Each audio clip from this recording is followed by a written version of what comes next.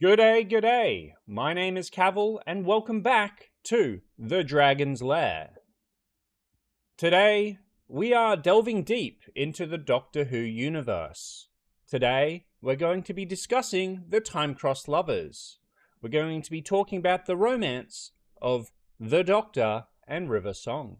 So, without further ado, sit back, relax, get yourself something tasty to eat, and maybe something nice to drink, and settle in as we explore the Time-Crossed Lovers.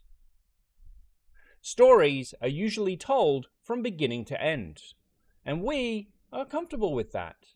We understand the trajectory of a life. From birth, we grow, we love, and eventually the long goodbye. This is the linear comfort of the human experience. But what happens when you meet the person you love in the wrong order? What happens when your first kiss is their last? Today, we are venturing to the 51st century. We are stepping foot into a world that is not a world, but a repository, a planet-sized monument to every book ever written. But as we walk through the stacks of the library, we aren't looking for books.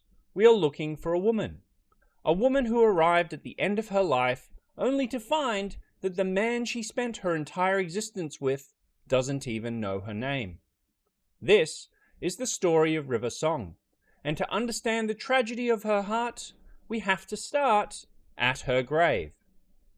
In 2008, Stephen Moffat introduced us to a two-part story that would redefine the emotional stakes of Doctor Who: Silence in the Library and Forest of the Dead. At the time, we thought the silence in the library was a literal warning. We didn't yet know that the silence was a name that would haunt the Doctor for years to come. It was a masterful linguistic seed, a pun that served as a prophecy. But beyond the monsters and the clever wordplay, these episodes serve as a philosophical foundation for one of the most complex love stories ever committed to fiction. When River Song steps out, she isn't just a character, she is a narrative impossibility. She is a woman who possesses a blue diary filled with the Doctor's future. In the world of fiction, there is a concept known as dramatic irony, where the audience knows more than the characters. Usually, this leads to tension. Here, it's used for a profound existential ache.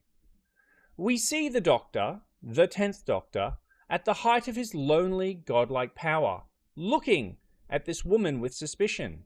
He's cold, he's clinical, he treats her like an intruder in his timeline.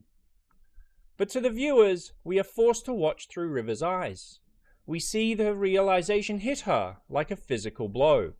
She looks at him and sees her Doctor, but his eyes are empty of recognition.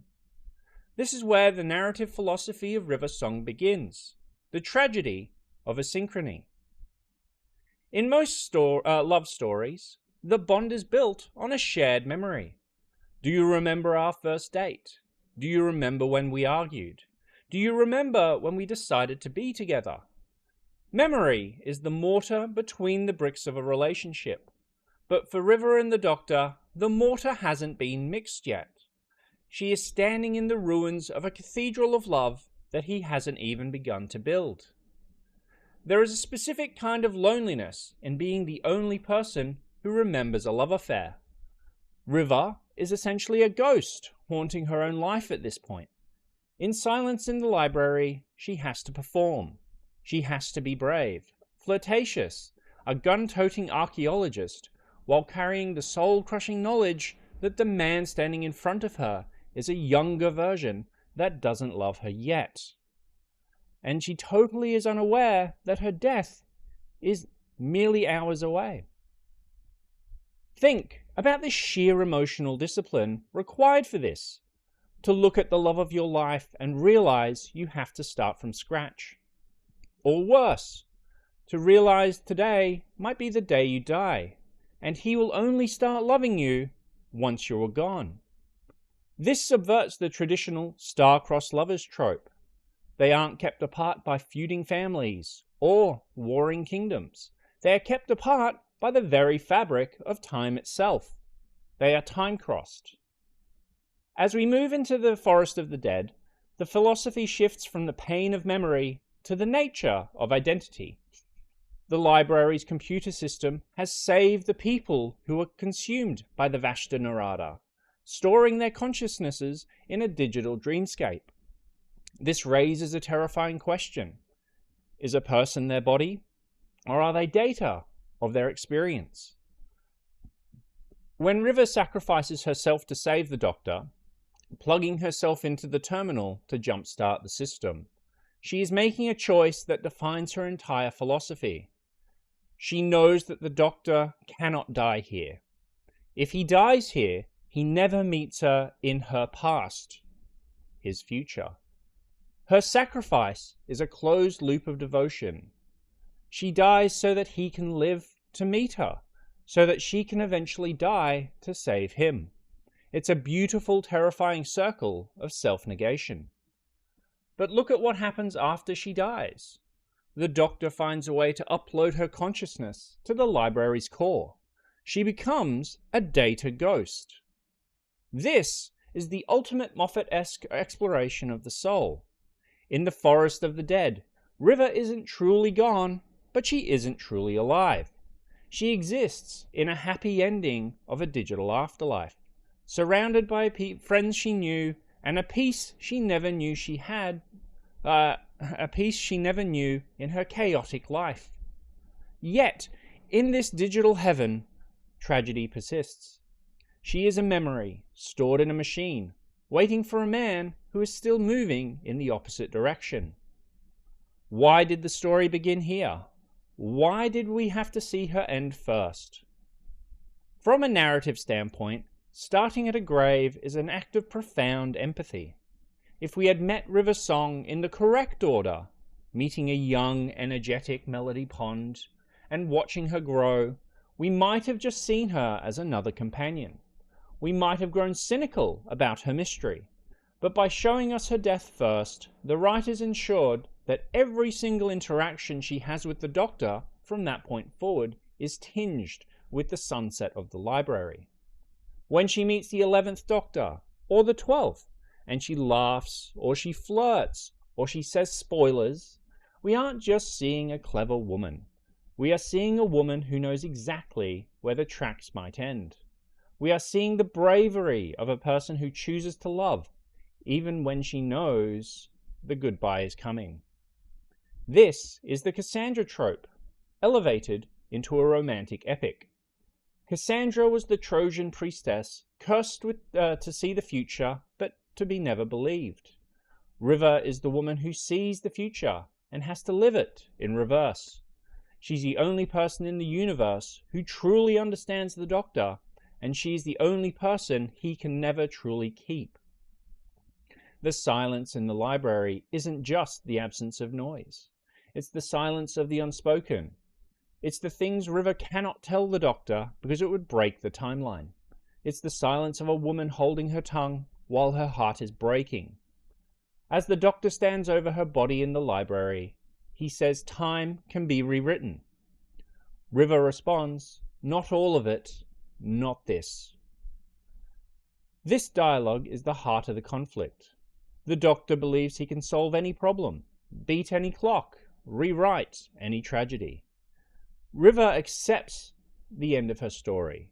She understands that for her story to be beautiful, it must have an end. Her tragedy isn't that she dies. Her tragedy is she's the architect of her own ending. She creates the Doctor who will eventually save her, but she has to pay for her salvation with her physical life. In the Forest of the Dead, the Doctor realizes he gave her his screwdriver, the one he hadn't made yet, specifically to save her. It is a gift from his future to her past. It is the ultimate in humanized tech. The sonic screwdriver isn't just a tool in this episode. It's a love letter. It's the Doctor's way of saying, "I don't know you yet, but I will love you enough to try and cheat death for you." So, Is this a tragedy? On the surface, it is. A woman dies, forgotten by the man she loves most. But if we look deeper, it's a triumph of the spirit. River Song is the only person who truly tamed the Doctor. She didn't do it by being a companion. She did it by being his equal. She's the only one who walked the same path he did, just in reverse. In the library, the forest of the dead becomes a garden of remembrance. River's story tells us that love isn't about how much time you have. It's about what you do with the time you're given, even if that time is out of order. She proves that a life lived in reverse is no less meaningful than a life lived forward. So, as the library is abandoned and the Vashta Narada take over, we are left with the image of a blue book, a diary full of secrets, heartbreaks, and spoilers. River didn't just die in the library, she became a legend. To understand how that legend was forged, we have to go back. We have to go back to the beginning of her life. We have to go back to the child who was born in the heart of a time nexus. But for now, remember the final look she gave the 10th Doctor. That look of absolute, devastating love for a man who didn't even know her. That's the bravest thing that any human or Time Lord has ever done. So, welcome back to the beginning. The diary is opening and the first page is blank. To understand why the library carries such a profound weight, we have to look at the beginning. In traditional fiction, the birth of a child is the ultimate symbol of hope. It's a narrative reset button. But in the story of River Song, birth is a declaration of war. It is where the philosophy of predestination takes its most cruel and visceral form. River's story begins at the events of A Good Man Goes to War. We aren't watching a sci-fi plot, we are witnessing the weaponization of love. We are forced to ask a terrifying question. If you were born as a bullet aimed at a specific heart, can you ever truly say your love is your own? At the Battle of Demon's Run, the Doctor behaves like a classic epic hero. He assembles an army and wins the day. But the philosophy of the story is this: winning the battle is his greatest mistake. As the poet warns, demons run when a good man goes to war.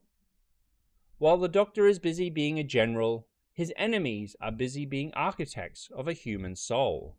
This is the tragedy of Melody Pond's birth. She is born in a crossfire.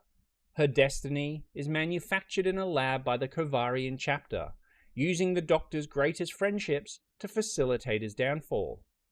Because she was conceived in the TARDIS, she possesses Time Lord DNA, a child of the stars stolen to become an assassin. Her existence subverts the Chosen One trope. Usually, a child with special powers is chosen by fate to save the world. Melody is chosen by a cult to kill the Doctor. The true heart of this tragedy is found in the wreckage after the battle. The Doctor has lost. Amy's child has been replaced by a slurry of flesh, and the Doctor is standing in the ruins of his own reputation. He is consumed by a cold, righteous fury until River Song arrives.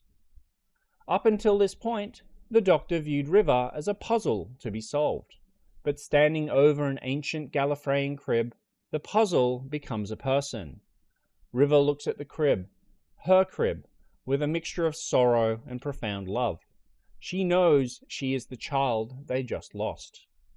To watch the Doctor's body language shift from a defensive pointed stance to a trembling realization, she guides his hand to the Gallifreyan symbols on the cradle, and the air leaves the room.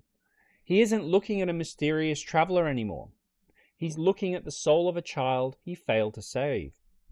For River and the Doctor, this is the true beginning, their shared grief. The Doctor realizes she hasn't been stalking him through time. She's been finding her way home. He stops running from her mystery and begins running toward her life. However, that life is immediately stolen. As we move from the cradle to 1969 America, the philosophy shifts to the erasure of self. The silence are post-hypnotic existentialism. They shape your world without you ever knowing you're being controlled. For a young Melody Pond, the silence represent the ultimate theft of agency. She's raised in a vacuum of memory, conditioned and molded by creatures she cannot remember seeing. Her identity is not built on experiences, but by the absence of them. The silence wants her to be a tabula rasa, a blank slate, so they can write a single command upon her: kill the Doctor. By stripping away her memory, they attempt to strip away her capacity for love. The theft of agency is physically manifested by the astronaut suit. It is a metaphor for the cage of fate. The suit is life support, but it's also a prison. It moves on its own. The child inside is just a passenger. This is a brilliant exploration of structural determinism. Often, customers in stories feel like they're making choices, but they're actually following a script. Here, that script is physical. The suit forces her to walk to the lake. It forces her to raise the weapon. But even in the depths of this indoctrination, the soul resists the suit. We see a child crying out for help, looking for a connection that her programming forbids. It's the first spark of the triumph we finally see in the library. The most challenging concept introduced here is the fixed point in time. We see the Doctor die at Lake Silencio, and in fiction, a fixed point is the ultimate enemy of free will. It places an immense burden on the love story. How do you build a relationship when your first interaction is her being forced to execute you? This subverts the meet-cute trope entirely, replacing it with a meet fatal. The philosophy of the fixed point forces the characters to look for meaning in the margins. If the ending is fixed, the quality of the time spent getting there becomes the only thing that matters. River Song's love for the Doctor is not a sparkly fairy tale destiny. It is an act of radical transcendence. It is earned through the fire of her own trauma. She has to unlearn everything she was taught and fight her own biology. She has to look at a man she was told was a demon and see a good man. By the end of this arc, she is alone and scared in a New York alleyway, but she's finally free of the suit. She is a blank slate once more, but this time she is the one holding the pen. River proves that if you are born in a war and programmed to be a weapon, you can still choose to become a storyteller. And as Melody Pond becomes River Song, she begins to turn the spoilers of her own life into a diary of adventures. Every time she says, "Hello, sweetie," in the future, she is reclaiming a life that was almost lost to the silence. In the landscape of fiction, we are often comforted by the chosen one. From King Arthur to Luke Skywalker, we understand the story. A hero born with a grand destiny to save the world. But the story of River Song offers a chilling inversion of this trope. What happens when the chosen one is not an agent of salvation, but a meticulously engineered assassin? This is the narrative pivot of Let's Kill Hitler. It's the story of a weapon discovering it has a heart, and a soul deciding to break its own programming. When we meet the adult version of Melody Pond, first as Mel's, and then as the River Song we recognize, she is the antithesis of a hero. While a traditional protagonist struggles to accept their greatness, Melody struggles to reject her own malice. The silence did not just give her a destiny, they gave her a directive. As the chosen assassin, her entire biological and psychological makeup was tuned to perfection to the assassination of the Doctor. In Berlin, 1938, She regenerates into the form we know, and we see a soul. She is a woman born into a narrative trap. Her destiny is not a noble calling, but a parasitic attempt to override her humanity. This introduces a terrifying question. Can love exist if it was programmed? The silence weaponized intimacy, using her connection to the Doctor as the very lure that would bring him to his knees. In Berlin, the romance begins as a parody. River uses the trappings of a love story, the pout, the flirtation, the aesthetic of the femme fatale to deliver a death blow. She delivers a Judas kiss, a biological weapon that begins to kill the Doctor. This is a brilliant subversion. By turning the most iconic symbol of romance into a weapon, the story forces us to look at the dark side of the star-crossed lovers trope. Here, the forbidden nature of their love is literal. If she loves him, he dies. But as the Doctor lies dying, we see the first crack in the assassin's armor. He doesn't fight her. He treats her with a kindness she hasn't earned. He uses the power of narrative identity to save himself, asking her to find River Song and give her a message. By telling her who she could be, he gives her the strength to reject who she was made to be. The most significant philosophical moment of this metamorphosis is when River chooses to save the Doctor by giving up her remaining regenerations. In the context of a Chosen One story, the hero usually gains power as they progress. River does the opposite. She sheds her power to gain her humanity. A Time Lord's regenerations are infinite. By spending all her lives on one man, River performs a secular baptism. She washes away the weapon and becomes a woman. This reveals a fundamental truth about their bond. True love is a sacrifice of agency. It is the moment you value one's existence, another's existence, more than your own. By becoming mortal, River becomes the Doctor's equal. She is no longer a project of the silence. She is a woman who made a choice. Mortality, it turns out, is the prerequisite for love. To truly love, you must be vulnerable. You must be able to lose. If Let's Kill Hitler was about the weapon finding its heart, the wedding of River Song is the heart that refusing to follow the script. At Lake Silencio, the universe demands that River must kill the Doctor. It's a fixed point, an ultimate script from which there is no escape. But River, now a fully realized individual, says no. The resulting chaos, where history happens all at once, is the literal manifestation of a narrative breakdown. The universe falls apart because her love is so strong and the character refuses to play her role. This is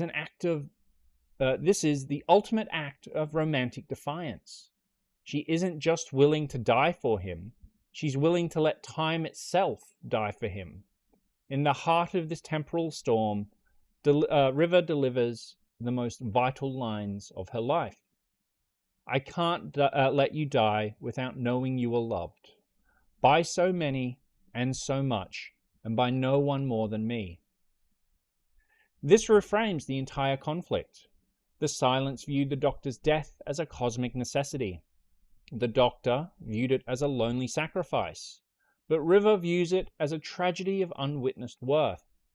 She rejects the fixed point because she refuses to let him end without the absolute certainty of being loved.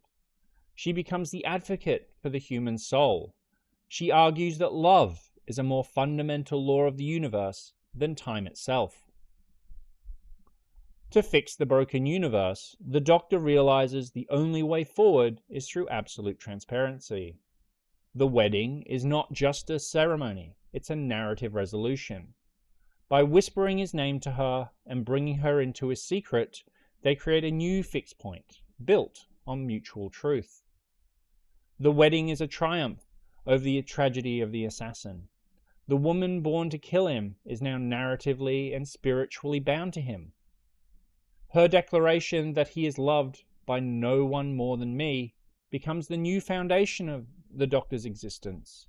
He doesn't just survive the lake because of a clever trick with a robot. He survives because River Song gave him a reason why. As we wrap up this metamorphosis, we see the complete transformation of a trope. We see that the chosen one can be a victim of cruel design. But love is the glitch in the matrix that the silence could not account for. They thought they could build a person out of programming. They forgot she was a child of the TARDIS and the daughter of the girl who waited. River Song's love is an act of evolution. She evolved past her biological imperatives and her own immortality. She found a way to live in the middle of a story that forced her into a beginning and an end. Every time she goes back to her cell at the storm cage, she isn't a prisoner. She is a free woman waiting for the next page of her diary to be written. She has turned the tragedy of her birth into the triumph of her marriage, proving that you are not what you are made to be. You are what you choose to love.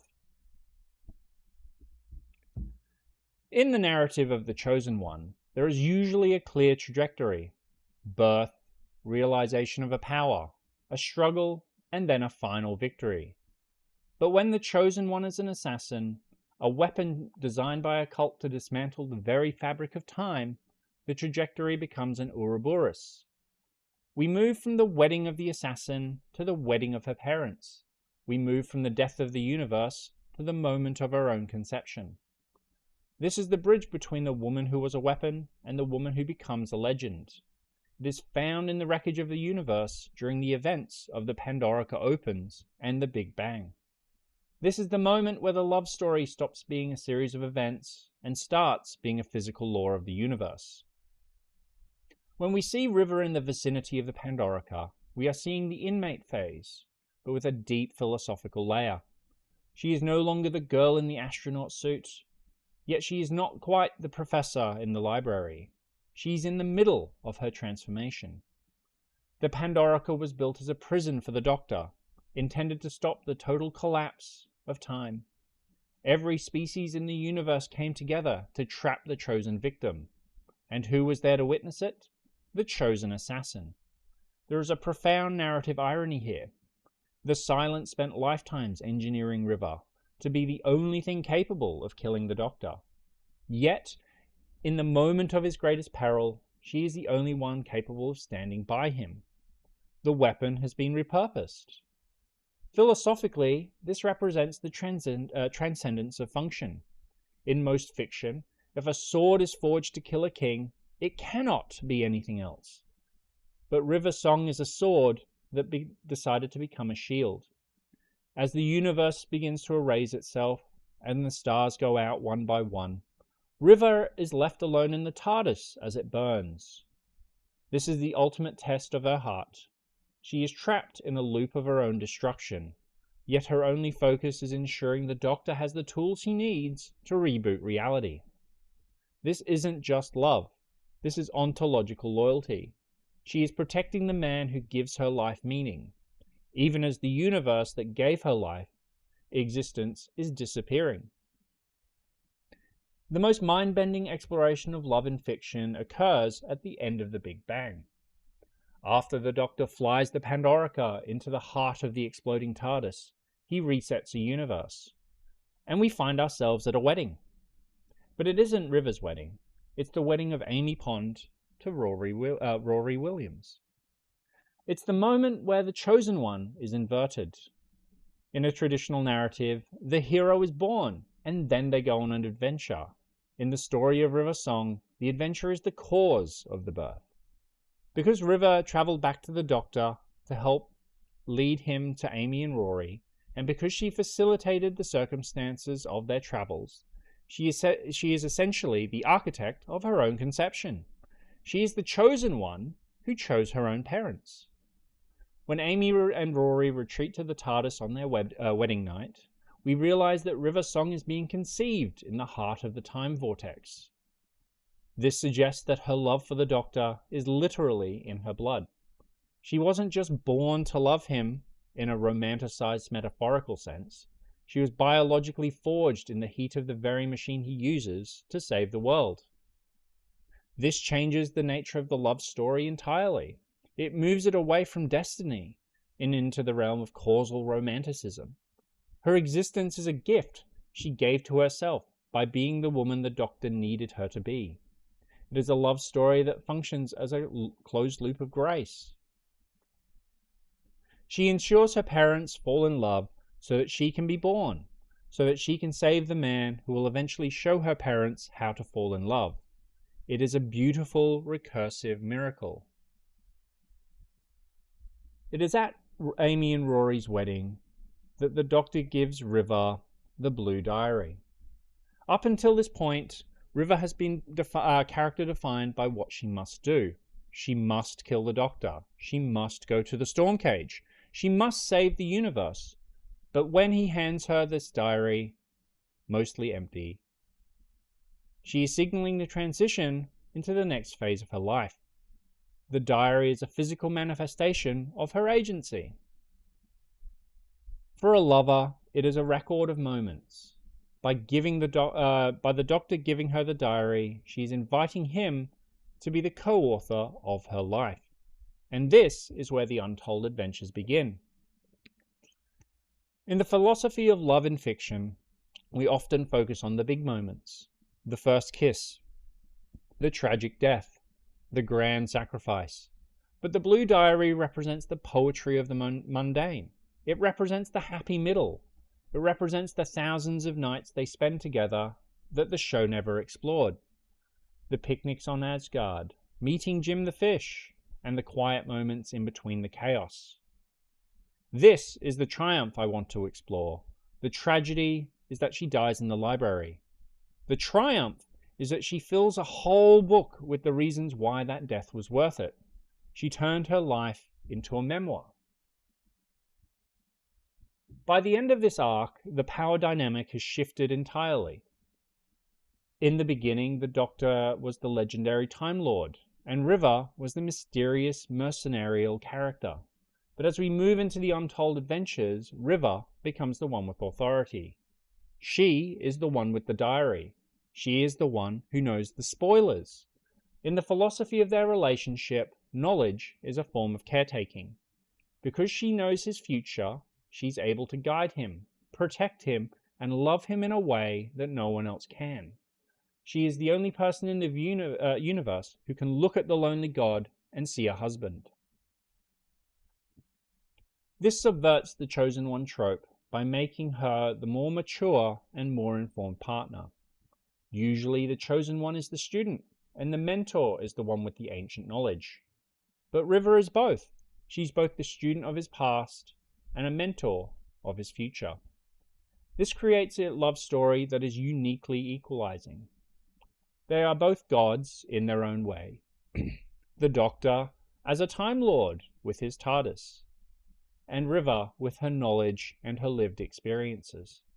They meet in the middle, in the pages of a blue diary, where time doesn't matter as much as the time spent with the person sitting across from you.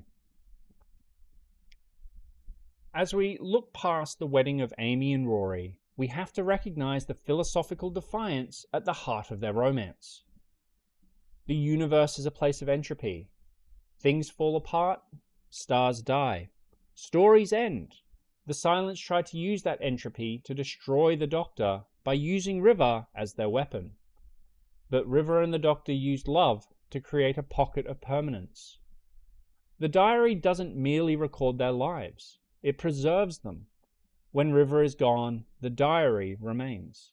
Even when the Doctor regenerates and forgets the feel of her hand, the words remain. And this is something I wanted to explore with this love story. It was a way that they screamed no at the entire universe. River Song is the story of River Song is that of a woman who was told she was a weapon. She responded by becoming a chronicler of life. She took the fixed point of her own tragic origin, and she stuffed the space between with so much joy and adventure the tragedy became secondary. As we move forward, we are no longer looking at Melody Pond, the girl in the astronaut suit, or the assassin in Berlin. We are going to look at the Professor River Song. We are looking at the woman who served her time in the storm cage, not as a punishment, but as a period of waiting. She is a traveller in a departure lounge, waiting for the Doctor to land his TARDIS so they can go on another adventure that hasn't been written yet. The untold adventures are the soul of the story. They are proof that even in a scripted universe, there is room for improvisation. They are the happy middles that make the sad endings bearable. And as the Doctor looked at the blank pages of the blue diary at Amy and Rory's wedding, he isn't looking at a book of spoilers. He's looking at the map of a heart he hasn't begun to explore. He is looking at the woman who chose him long before he chose her. This is the ultimate philosophy of River Song. You are not who you were made to be. You are what you choose to love. And River Song chose to love a man who would give her the stars, even if she had to spend her life chasing them through a broken timeline. In the narrative philosophy of love stories, there is a common trope: the manic pixie dream girl, or the enigmatic savior, a character who exists to solely jar the protagonist out of their comfort zone and teach them how to live. For a long time, the Doctor saw River through these lenses. She was the woman who broke into his life with a wink and a spoiler. But in The Angels Take Manhattan, the veil is stripped away. We see the reality of what it means to love a lonely God. This is how I wanted to explore this love story, not as a series of grand adventures, but the silent, bone-deep endurance required to be the person who stays standing while everyone else falls. When we encounter River in 1930s New York, she is operating under the pseudonym Melody Malone. She has become a private investigator, a writer of noir fiction. This is a brilliant evolution. Noir is the genre of the weary, the cynical, and the observant. It is a genre for people who have seen too much, but still have a job to do. River Song has become the ultimate noir protagonist. She is no longer a chaotic force. She is a woman who has spent years in a prison cell, years traveling the stars, and years filling a blue diary with the weight of a husband who is perpetually younger than her soul. The Doctor, in this era, is at his most childlike. He is vibrant, energetic, and emotionally volatile. He loves Amy and Rory with a fierce, possessive love of a child for his favorite toys. River, conversely, loves the Doctor with the love of a woman who has already seen the end of the world and is just trying to make the present bearable. This creates a fascinating narrative inversion. Usually the god is the mature one, the mortal the impulsive one. But here, River is the adult in the room. She's the one who understands that fixed points cannot be bargained with. She is the one who knows that stories eventually have to end. The most profound moment in this chapter occurs in the quiet aftermath of the struggle. River was captured by a collector. Her wrist was being held by a weeping angel. The Doctor arrives to save her. But, due to a fixed point, he demands that she removes her hand without breaking it herself. As a result, she ends up breaking her own wrist, but she hides it. She wraps it in her sleeve. She smiles, and she continues to play the part of the flirtatious detective. When the Doctor realizes she is hurt, the dialogue they share is perhaps the most honest distillation of their entire relationship at that point. The Doctor: "Why did you lie to me?" River: "When one's in love with an ageless god who insists on the face of a 12-year-old, one does one's best to hide the damage." The Doctor: "It must hurt." River: "Yes, the wrist is pretty bad too." This is the philosophy of protective asynchronity. In a love story between equals, you share your pain. But when you love someone who is ageless, you begin to feel that your own pain is a burden they shouldn't have to carry. River hides her broken wrist, not because she is stoic, but because she knows the doctor is emotionally fragile. He is a man who insists on the face of a 12-year-old because he cannot handle the reality of his own age. He avoids the damage. River is the damage. She's the person who has lived through the prison, the brainwashing, and the reverse order heartbreak. Her line, "The wrist is pretty bad too," is a staggering admission.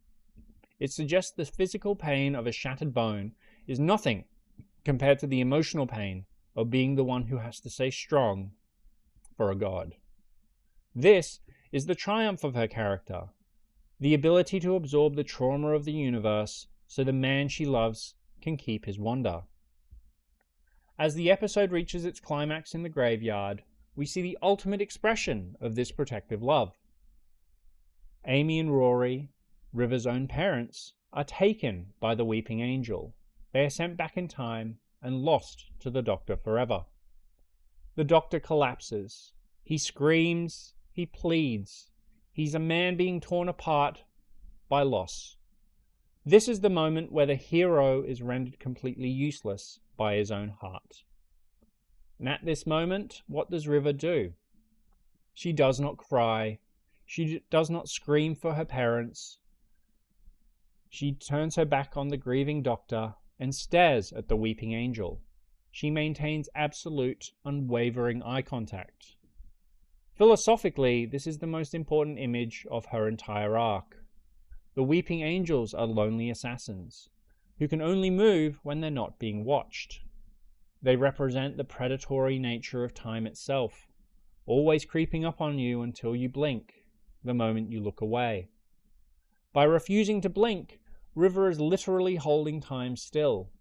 She is an anchor that allows the doctor to have his moment of grief. If she were to turn around and comfort him, if she were to succumb to her own emotions, the angel would strike and they would both be lost. This is stoic love. It's the love of a person who holds a door shut while the other person escapes. It's the love that says, "I will deal with the monster so you can deal with the sadness." She is the guardian of his grieving process. She is the reason he is safe enough to fall apart. Even after Amy and Rory are gone, River's work isn't finished. She is the one who has to tell the doctor how to move on. She is the one who has to write the book to ensure the spoilers are in place so the loop can be closed. This explores the idea of narrative healing. River knows that for the doctor, the story is the only thing that is real. If she can turn the loss of Amy and Rory into a published book, with a clear beginning, middle, and end, she can give him closure his heart cannot find on its own. Think about the cost to her. She is writing the story of her parents' disappearance. She is documenting her own tragedy to make it palatable for him. This is the ultimate sacrifice. She is the editor of his life, cutting out the sharpest edges so he doesn't cut himself. Love is not a feeling in this situation. It's a service. Because she is mortal, she understands the value of a single human life in a way the doctor sometimes forgets. She understands that while he will live for another 1,000 years, her parents only had one life, and they spent it well. River's maturity allows her to see the beauty in it. The doctor only sees the tragedy. River sees that her parents lived a full, happy life together in the past. She sees the happy middle that the doctor misses because he is so focused on the sad ending. This is how she hides the damage. She presents him with a version of the truth he can handle. She becomes a bridge between his life and the finite reality of those he loves. She interprets their mortality. Usually, the doctor's companions are there to be saved by him. They are there to learn from him. But the angels take Manhattan. The roles are completely reversed. River is the one saving the doctor. She's saving his mind, his sanity, and his future. By being the one who doesn't blink, she's being forced to be the one to hide the damage. This subverts the chosen one concept we discussed earlier. The chosen one is incapacitated. The assassin is the one who has become the savior. But she doesn't do it with a sonic screwdriver or a grand speech. She does it with the quiet, exhausting strength of a woman who loves and knows exactly how much weight he can carry. I want you to picture River in that graveyard. The wind is blowing, the sun is setting over Manhattan, and her husband is sobbing. She wants to turn around. She wants to hold him. She wants to cry for her parents. But she doesn't. She keeps her eyes open. She keeps her gaze fixed on the weeping angel. In this way, she is the perfect partner. The realization that sometimes the greatest act of love is not a kiss or a wedding vow. It's simply refusing to blink while the world is trying to take everything away. River is a woman who looked time in the eyes and didn't flinch. She's the one who realized that when you love a god, you have to carry the weight. As we move on, we end up in Darillium, the perfect night, where the ageless god grows up enough to see the woman that has been standing beside him all along. We move to the Singing Towers. To understand the maturity of this love story, we must move past the fireworks of weddings and the trauma of origins. We have to look at the happy middle, that space in a relationship where the mystery is replaced by a deep, weary, and profound understanding. It's the era of the Blue Diary. It's the period where the chosen assassin has fully transitioned into the professor, and their story becomes a study in emotional stewardship. In the landscape of fiction, we are often sold the first meeting or the final sacrifice as the most important moments. But for River Song and the Doctor, the most significant beats happen in the quiet intervals. This is the era of the untold adventures.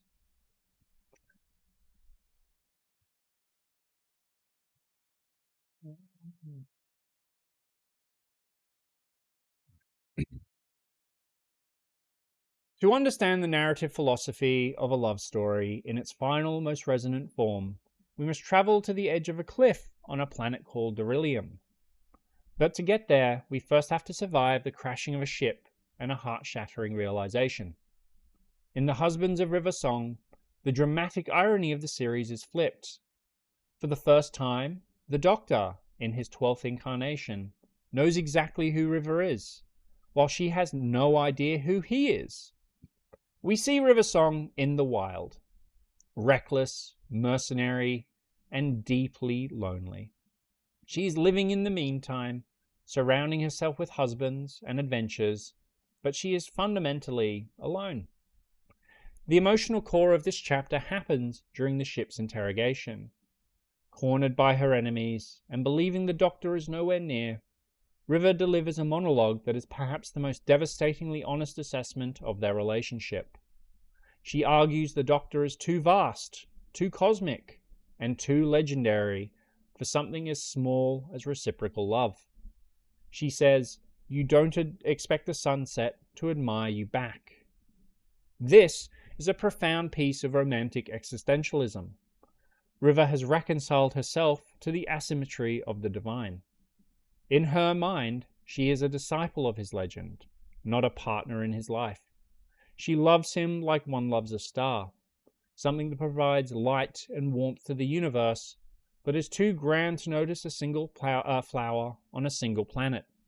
She has turned her greatest insecurity into a shield. She believes that if she believes he doesn't love her, she can never be disappointed when he isn't there to save her. But the narrative philosophy of Doctor Who rejects this cold, celestial detachment. The Doctor is standing right next to her, listening to his wife describe him as cold, unfeeling force of nature. He realizes that his own lonely god persona has accidentally convinced the woman he loves that she is invisible to him. And so, moments before the ship screams toward impact, he performs his greatest rescue. He doesn't save her from the crash, he saves her from the belief she is unloved. When she finally looks into his eyes and realizes who he is, the "hello, sweetie" that follows isn't a flirtatious catchphrase. It's a sigh of relief.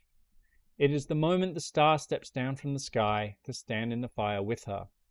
The philosophy of the sunset is proven wrong. The Doctor is sentimental enough and in love enough to be exactly where she is. This moment of recognition leads them, finally, to the Singing Towers of Darillium. The towers are the perfect metaphor for the end of their journey. They are two massive rock formations in a canyon, and when the wind blows through them, they sing.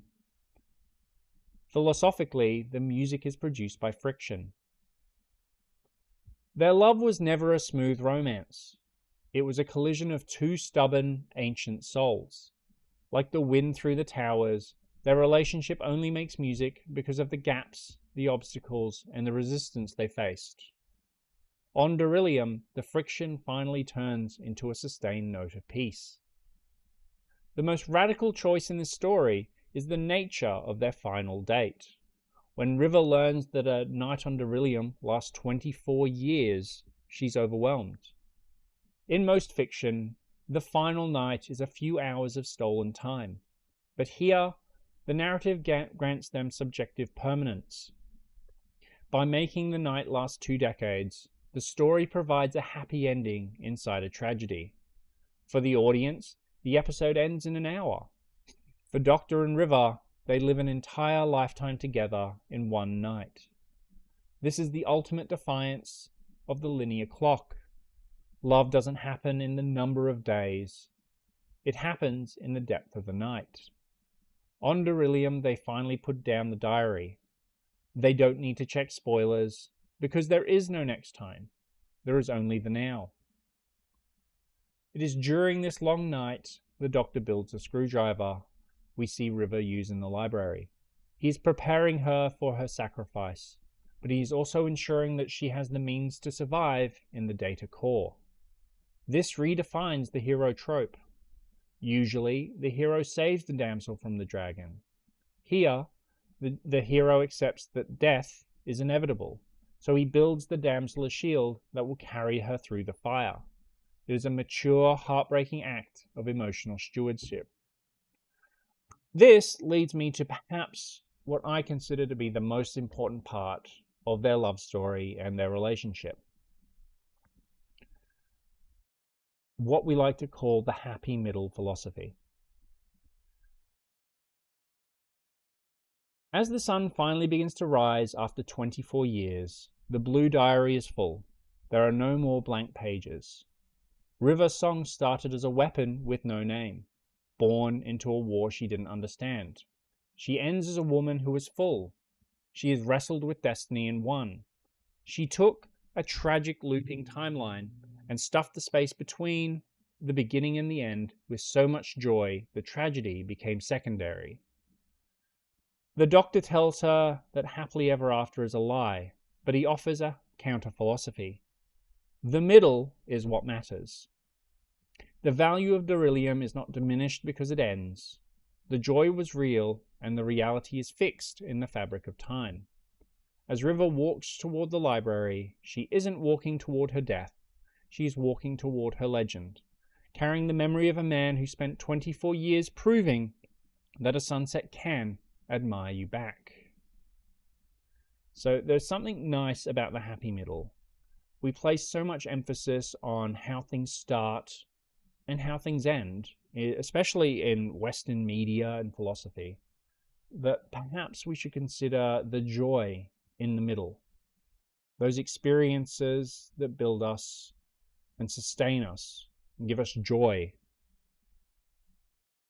And maybe that's what we should focus on, the journey and the time we spend with the people we love, as opposed to how things might start or how things might end. So, as the sun begins to rise on Darillium after 2 decades, the diary is full. The full diary represents a completed life. River Song started, started as a weapon, and she ends as a professor, a wife, and a legend, with a book full of adventures that changed the course of history. River Song stands as the ultimate example of a character who wrestled with destiny and won.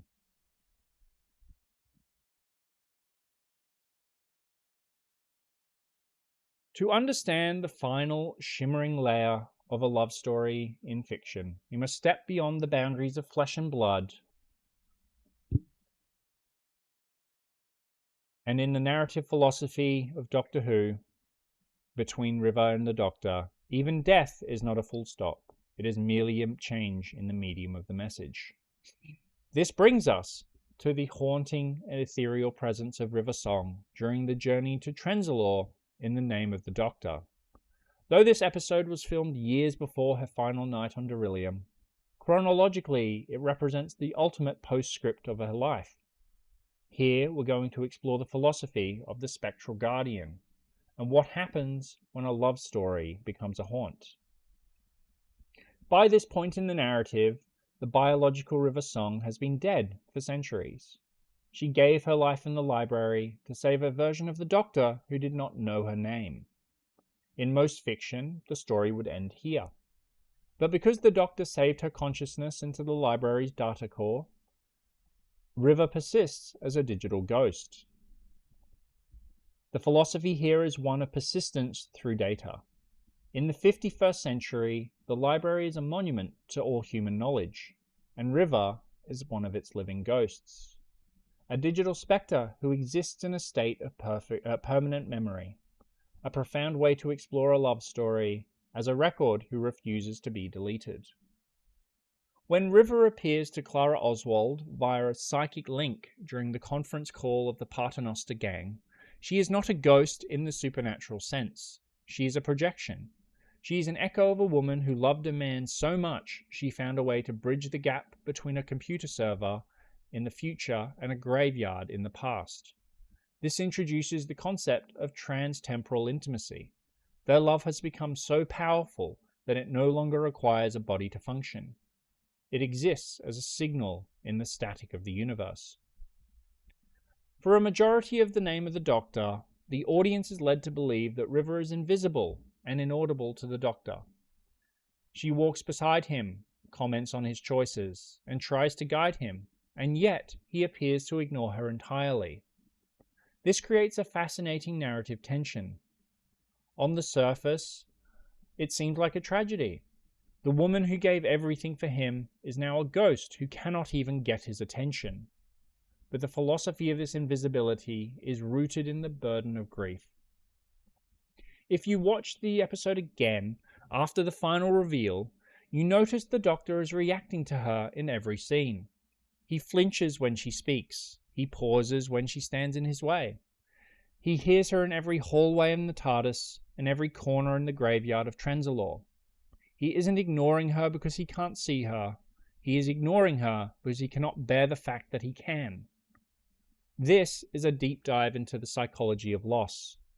Sometimes when we lose someone, the memory of them is so vivid it feels like they are still in the room. For the Doctor, this is literal. River is so much a part of his mind and his heart that his own psychic abilities are pulling her projection into his reality. He is a man haunted by a wife who refuses to leave him to face his death alone. The journey to Trenzalore leads them to the Doctor's tomb, a massive dying TARDIS that serves as the monument to his final battle. To enter the tomb, one must speak the Doctor's name. It is the ultimate fixed point of the silence. The cult that spent centuries trying to prevent this moment. They believed that the name was a weapon that would unlock the end of time. But in the narrative philosophy of this love story, the name is not a weapon. It is a key that belongs to the one person he trusts most. When the Doctor is unable to speak the name himself, it is the spectral River who whispers it. She is the only one who knows it. Not because she stole it, but because he gave it to her. This is a beautiful exploration of trust. The most dangerous secret in the universe is safe because it is held by a woman who loves him beyond the grave. By opening the tomb for him, River is performing one last act of service. She is the gatekeeper of his legacy. She allows him to enter his own grave so he can save his friends, proving that her role in his life was never about the assassination she was born for, but about the preservation of the man he became. The climax of their interaction occurs after the danger has passed. In the quiet ruins of the graveyard, the Doctor finally acknowledges her presence, and the resulting dialogue is some of the most heartbreaking and honest writing in the history of fiction. River asks how he is able to see her, given she is just an echo. The Doctor's response is a masterclass of permanent connection. He says, "You are always here to me, and I always listen, and I can always see you." This is love in its purest form, a state of permanent awareness. To the Doctor, River Song is not a person who lived and died. She is a constant frequency in his life. He doesn't need a psychic link to see her because she is already etched into the perception of reality. When River asks why he didn't speak to her, he admits, "Because I thought it would hurt too much." River, with the stoicism of a woman who has already faced her end, replies that she could have coped. But the Doctor corrects her. "No, I thought it would hurt me, and I was right." This is a profoundly human admission from the Time Lord. It shows that even a godlike being is vulnerable to the simple agonizing pain of missing someone. His silence wasn't a lack of love. It was a symptom of it. He was trying to protect himself from a reality of her death by pretending she wasn't there. Even as he felt her hand, it explores the idea that grief is a form of sight. We see the people we love in the places they should be, and the pain comes from the gap between vision and the reality. As they stand together in the shadow of his tomb, the Doctor reflects on the nature of their existence. He tells her there is a time to live and a time to sleep. He calls her an echo, comparing her to Clara and to everyone else who eventually fades into the narrative of history. "You should have faded by now," he says. The philosophy of the fading echo is a meditation on the natural order of stories. Everything has an end. Even a digital ghost cannot haunt the world forever. But River's refusal to fade is a testament to her agency. She stayed because she knew he wasn't ready to say goodbye. She stayed because the Doctor needed to be told it was okay to let go. In this moment, River becomes a mentor once again. She's the one who has already crossed the finish line. She's reaching back to pull him through his own grief. This is the ultimate inversion of the companion. She is the one with the wisdom of the afterlife, and he is the student who is afraid of the dark. When the Doctor asks how she can still be there if the link is broken, River gives her signature response: spoilers. In the beginning, spoilers was a way to hide plot points and future adventures. But here, in the graveyard of Trenzalore, the word takes a metaphysical weight. It is no longer about what happens in the next episode. It's about the mystery of what lies beyond the grave. By saying spoilers, River is hinting that even her death is not the final word. She is suggesting there is a logic to her persistence that the Doctor doesn't even understand yet. It is a final act of flirtatious defiance against the finality of the grave. She is maintaining her mystery until the very last second. She tells him, "Goodbye, sweetie," and begins to fade away. This is the true end of their story. It is a goodbye that happened long after the funeral, in a place that doesn't exist yet, between a man who is about to die and a woman who has been dead for centuries. This phase of their love story is the final proof. It shows love story in fiction doesn't have to be limited by the lifespan of characters. River began her life as a weapon designed to kill the Doctor. She ended her life as a hero who saved him. And even in the afterlife, she became a guardian who watched over him when he was at his lowest. The journey to Trenzalore is often seen as a dark chapter, but the presence of River makes it a redemptive memory. She is the proof the Doctor's life meant something. Even if he was loved by a woman this much who can still see him from across the veil of time and the veil of death, he is not the lonely god he pretends to be. This is the philosophy of the happy middle taken to its absolute extreme. Even in the tomb, Even as a digital ghost from the library, there is a middle. There is a conversation, there is a kiss, and there is a moment of recognition. As River fades away for the last time, she leaves the Doctor with a sense of closure. He has finally acknowledged her. He has finally admitted how much it hurts to see her, and in doing so, he has finally allowed her to sleep.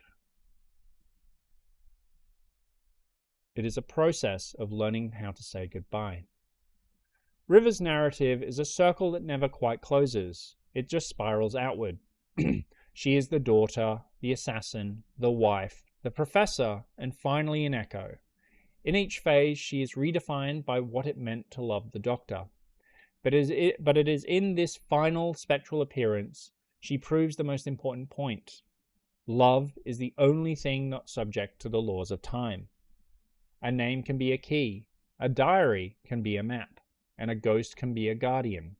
But at the center of it all is a man and a woman who found a way to be always here for each other, even when the stars went out and the towers stopped singing. The story of River Song ends as a whisper in a graveyard, but it echoes forever in the hearts of those who listen.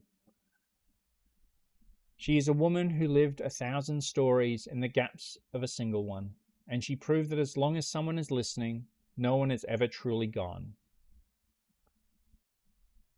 To truly grasp the narrative philosophy of River Song, we must finally look at the 1,000-year gap in the town of Christmas on the planet Trenzalore. We see this in the episode Time of the Doctor. It is the period where the Doctor, in his 11th incarnation, stands as the lone sentinel against the combined might of the universe. In most fictional arcs, a 1,000-year siege would lead to a character's total psychological dissolution. We should see a man who has lost his identity to the weary grind of war. Instead, the Doctor remains remarkably static and stable. He remains the Doctor. There is a profound theory that I have that explains this stability. River Song never left. After the event of the Doctor's tomb, where he finally acknowledged her digital presence, and he told her she is always here and he is always listening, their connection reached a state of metaphysical permanence. Even though she appeared to fade, the philosophy of their love suggests that she remained as his invisible companion in the millennium that he spent defending the town of Christmas. In a town covered by a truth field where no one can lie, the Doctor's greatest truth was his wife. The truth field of Trenzalore is a unique narrative device. It strips away the masks and the performative bravado of the Time Lord. To survive 1,000 years in such a field without losing one's mind requires an incredible degree of internal honesty. If River's echo remained by his side, she would have functioned as his psychological anchor. She was the only person in existence who knew every version of him. As he aged from a young man into a frail, weathered protector, the digital echo of River Song would be a constant frequency that kept him aligned with his own heart. She was the one who could remind him of who he was when the weight of centuries became too heavy. This is a beautiful way to explore a love story in fiction, not as two people holding hands in the sun, but a silent, invisible presence that provides the strength to stand tall in the snow. He wasn't talking to himself for those 10 centuries. He was talking to her. The most staggering philosophical irony of this period is that the town of Christmas is the birthplace of the very nightmare that created River Song. As the Doctor defends the planet, we witness the evolution of the papal mainframe into the Church of the Silence. We see the confessional priests, who will eventually become the terrifying creatures known as the Silence. When Tasha Lem pronounces the words, "Silence will fall," she isn't just making a threat. She is inadvertently starting the time loop that defines River's entire existence. It is here, in the Doctor's present, the Order is formed to travel back to his past, to kidnap Melody Pond. The very enemies the Doctor are fighting are the architects of his marriage.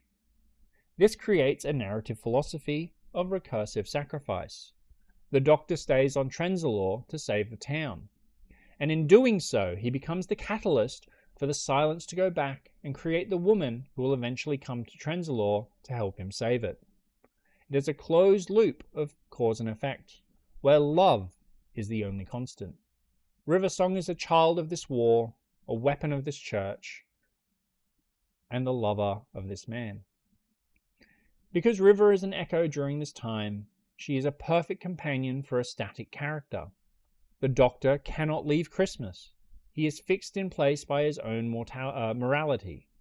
River, being a presence tied to his mind, is the only one who can truly share that stasis. They exist together in a bubble of frozen time, surrounded by a universe that is desperately trying to break in. This is the ultimate evolution of the Chosen One trope. Usually, the hero moves through the world to change it. On Trenzalore, the hero stays to protect it. And this growth is not external, but internal. The presence of River's echo explains why he never becomes a tyrant or a monster during the long centuries of the siege.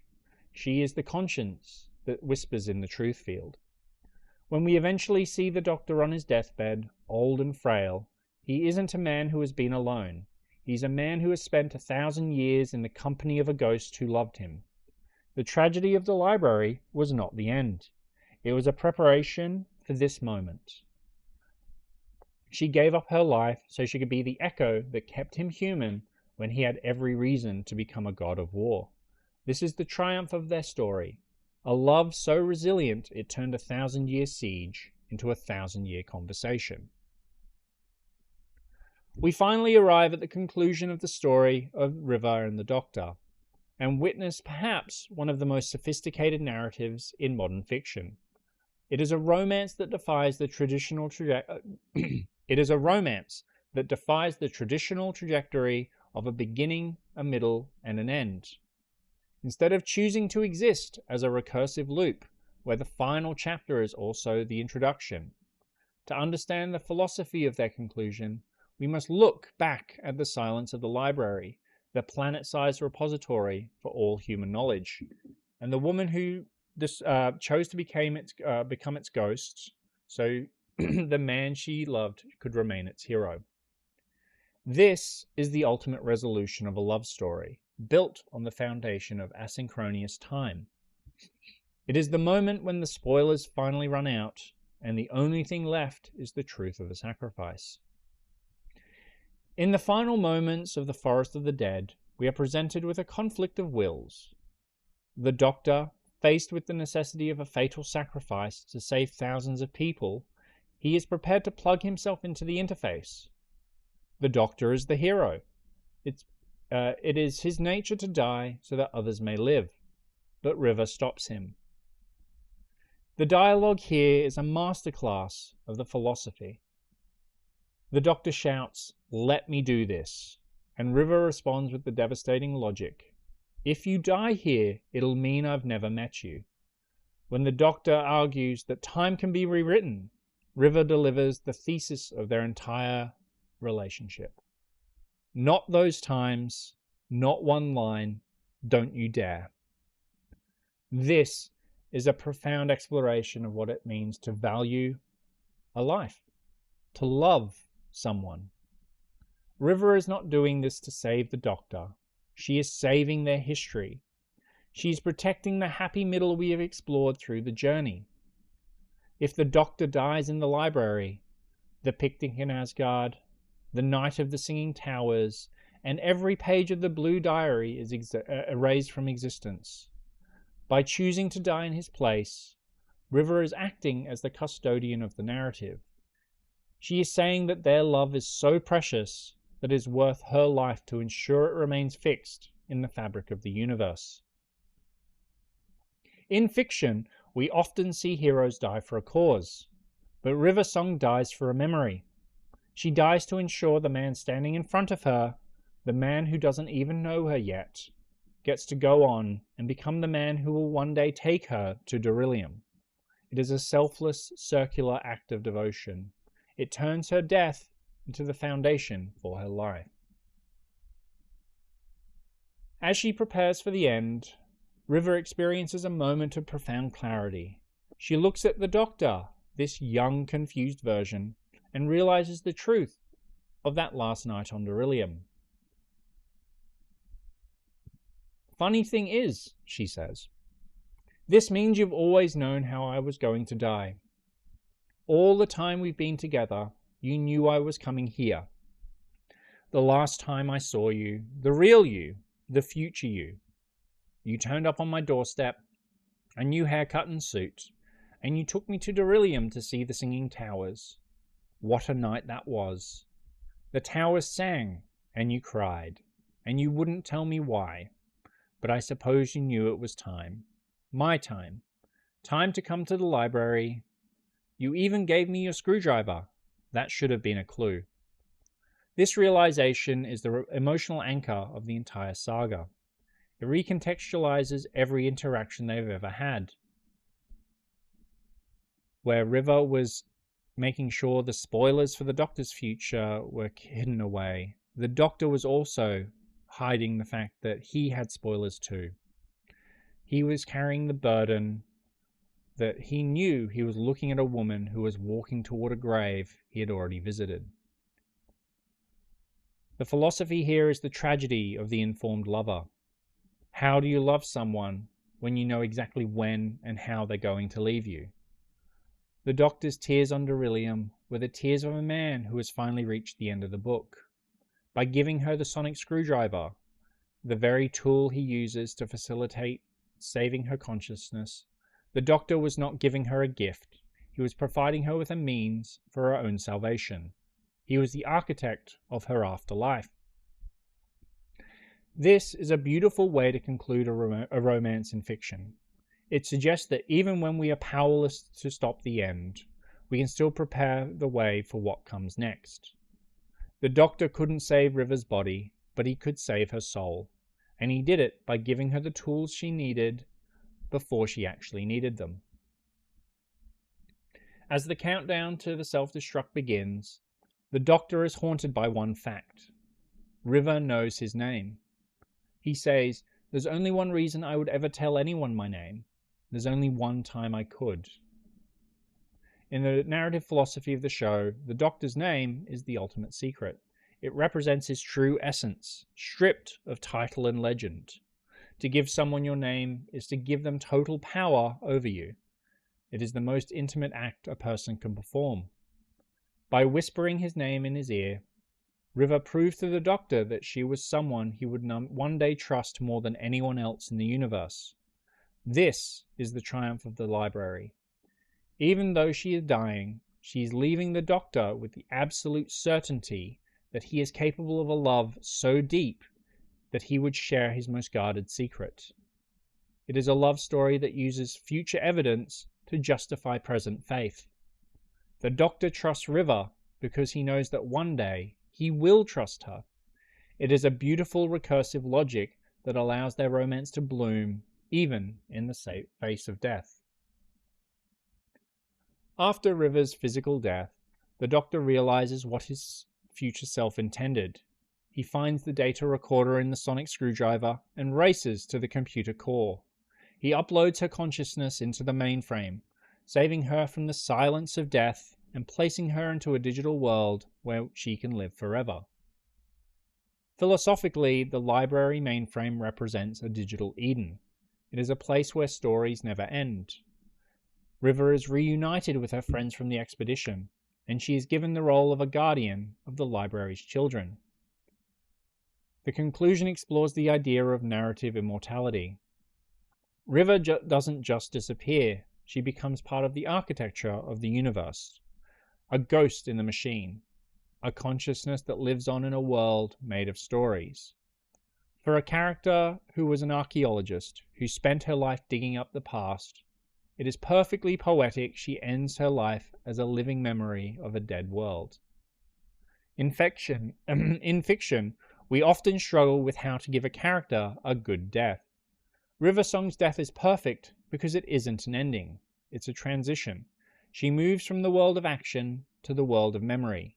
She becomes the happy ending that she told the Doctor was impossible. One of the most fascinating and overlooked aspects of the conclusion is the role of the Vashta Narada. They are the shadows that melt the flesh. apex predators of the universe that have claimed the library as their own. The Doctor reaches a pact with them. He gives them the library. But this introduces a narrative philosophy of a harmonious coexistence with the dark. The Vashta Narada are the ultimate symbols of death and entropy, and they become the unintentional guardians of River's heaven. They protect the library from outsiders, ensuring the mainframe where They protect the library from outsiders, ensuring the mainframe where Liver lives. Give me one more second to try that sentence again. They protect the library from outsiders, ensuring that the mainframe where River lives remains undisturbed for eternity.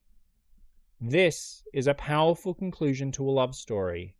It suggests that even the most terrifying forces in the universe can be negotiated to protect something precious. Riversong is safe not because the universe is kind, but because the Doctor was clever enough to turn the monsters into her bodyguards. It is an interesting idea that the light and the shadow must exist together. River lives in the light of the computer core, protected by the shadows of the forest, which is an interesting narrative take from the phrase in A Good Man Goes to War, where the only water in the forest is the river. Very clever. So, we now reach the end of this podcast. We've explored River's entire life, from her birth to the creation of the weapon, to the wedding, and then finally to her death. We see a romance that successfully navigated every trope of tragedy and emerged as something triumphant. It was a story about a woman who was born to be a weapon, but chose to be a wife. It was about a man who was a lonely god who learned to be a husband. It was about a diary that started full and ended empty. It was about a screwdriver that started as a tool and ended as a soul carrier. In the objective view of the universe, Riversong died in a library. But from the subjective view of the characters, she lived 1,000 lives, she traveled the stars, she raised her own parents, she spent 24 years in a single night with a man she loved. So how do you conclude a love story like this? We conclude it by acknowledging that times end because they have to.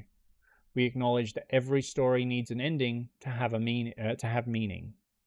But we also have to acknowledge that for the Doctor and River, the ending was just a spoiler for something much bigger, a more beautiful story being told in the digital halls of the library. Their romance teaches us that love is not about the beginning or the end. It is about the happy middle. It is about the pages of the diary that are stained with wine and tears. It's about the hello sweetie, the goodbye sweetie, and everything that happens in between. As River says, you and me, time and space, you watch us run. River and the Doctor didn't just have a love story. They were a love story. They were the melody and the rhythm of the universe, perfectly out of sync, but perfectly in harmony. And in the silence of the library, protected by the shadows of the Vashta Narada, that story continues forever. It's a conclusion that feels less like a goodbye and more like a see you around.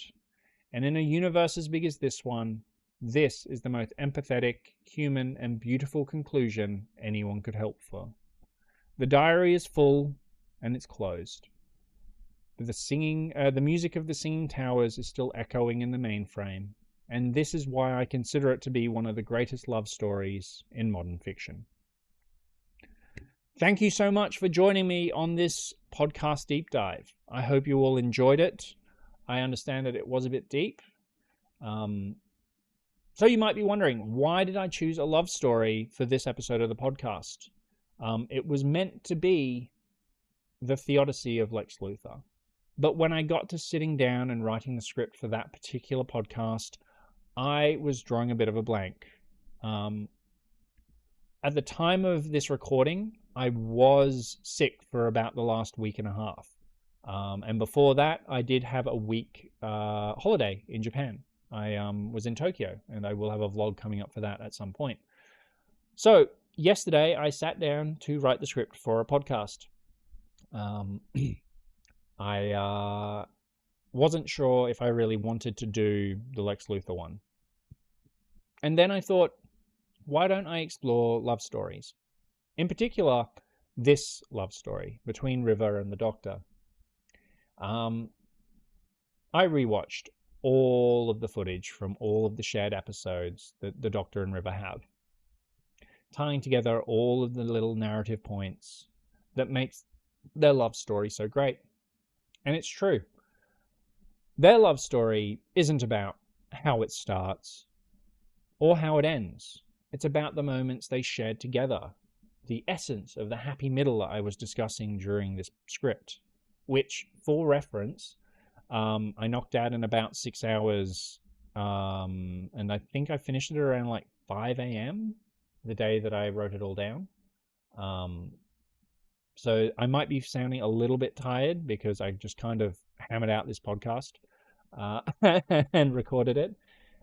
So yeah, I think there's a lot of value in that. I think that with Western philosophy in particular, there's so much emphasis on making sure the beginning is right, or experiencing the grief of a sad ending. The reality is, ultimately, it doesn't matter how the beginning takes place. It could just be as simple as a hello.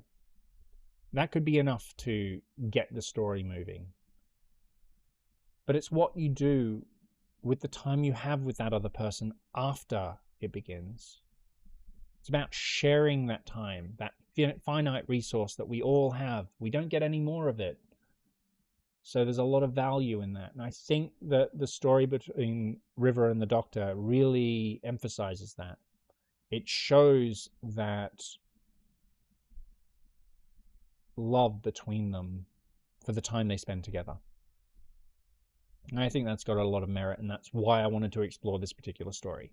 It also helps that it taps into my enduring love of time travel and the very time traveler's wife-esque exploration that Stephen Moffat had for the River and the Doctor and River.